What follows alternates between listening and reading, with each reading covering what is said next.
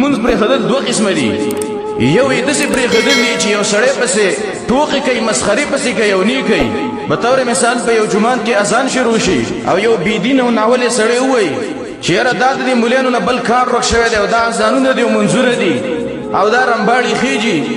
چا چې را خبره وکړه په تحقیق سره دا انسان د ایمان نه کنګال شو او دا سړی کافر شو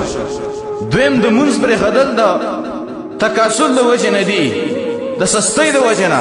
یو سړی دی کله کله او کله نه دی کله جمع له راځي کله نه راځي کله په یو وخت کله په بل وخت نو داسې تاریخ د منځ دا سړی غټ ګنهګار دی او د ګنهګارانو نه غټ ګنهګار دی چې دا منځ کې سستي کوي کله د خپل وخت نه وروسته کوي کله په جمع نه کوي نو داسې انسان دا غټ ګنهګار دی شریعت موږ ته ویلي دي چې مونږ به په هېڅ وخت کې نه قضا کې که چېرته په ولاړې نه شي کولی په ناست دی وکړه که په ناست دی نه شي کولی په ملاس دی وکړه که په ملاس دی هم نه شي کولی په اشارې وکړه خو لیکن هېڅ یو وخت کې به مونږ نه پرېږدې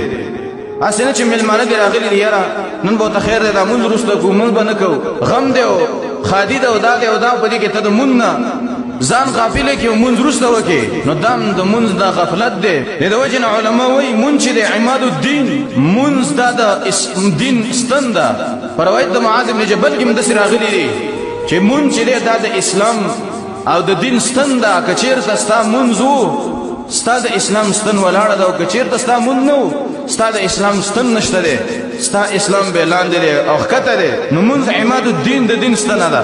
منځ دا کفاره د ګناهونو ده منځ چې کې نو تا چې کوم ګناهونه کړي دي هغه ګناهونه د الله رب العالمین رجعي د منځ په وجه باندې منځ کفاره د ګناهونو ده او منځ سبب مرافقت الرسول صلی الله علیه وسلم منځ چې کو الله رب العالمین بده په جنت کې د نبی صلی الله علیه وسلم سره یو ځای کې او په دې شرط باندې چې صحیح منځ کې